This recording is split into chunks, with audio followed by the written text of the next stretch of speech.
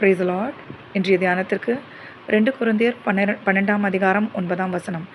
என் கிருபை உனக்கு போதும், பலவீனத்தில் என் பலம் பூரணமாய் விளங்கும். நீங்கள் அநேக நேரத்தில் உங்கள் வாழ்க்கையில் ஒரு ரொம்ப வலியான தருணங்களையோ அல்லது பலவீனப்பட்ட வியாதிப்பட்ட நிலைகளையோ சந்தித்திருக்கலாம். இல்லை நீங்கள் நம்பின மனிதர்கள், நண்பர்கள் உங்களை விட்டு போயிருக்கலாம். நீங்கள் எதிர்பார்த்த மாதிரி உங்களுக்கு நன்மை செய்யாமல் இருக்கலாம். நீங்கள் அன்பு காண்பித்து அவங்க உங்களுக்கு தீமை செய்திருக்கலாம். இதெல்லாம் மிகுந்த இருதயத்திற்கு பாரத்தையும் ஒரு வலியையும் கொடுக்கும். இதை அனுபவித்தவர்களுக்கு தெரியும்.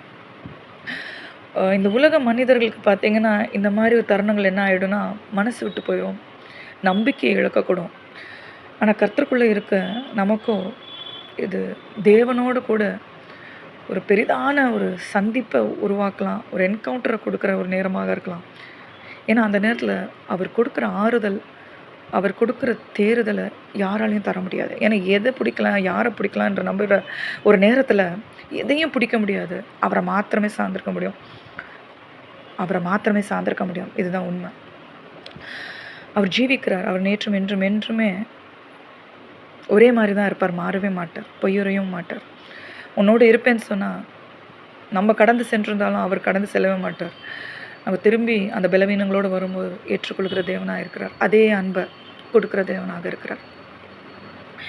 ஆகையால் இன்றைய தினத்தில் நீங்கள் அதை சந்திக்கலாம், இல்லை அதை சந்திச்சிருக்கலாம், இல்லை இனிமேட்டு நீங்கள் சந்திக்கிறவர்களாக இருக்கலாம்.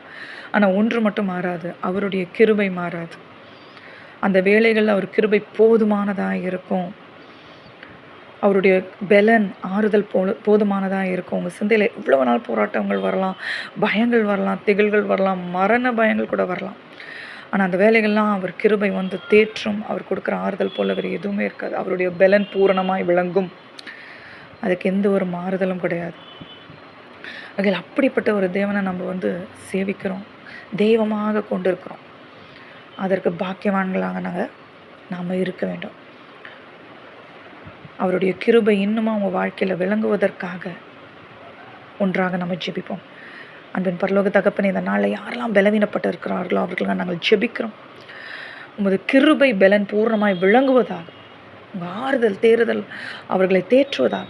யாரெல்லாம் மரண பயத்தில் இருக்கிறாங்களோ ஆண்டவரே, அந்த மரண பயங்கள் நீங்குவதாக, சந்தோஷம் அவங்க வாழ்க்கையில் நிலவுவதாக.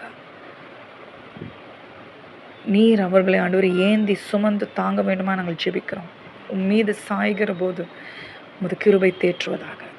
இயேசுவின் நாமத்தில் நாங்கள் ஜெபித்து ஜெயங்களை எடுக்கிறோம். ஜெபம் கேளும் நல்ல பிதாவே, ஆமென்.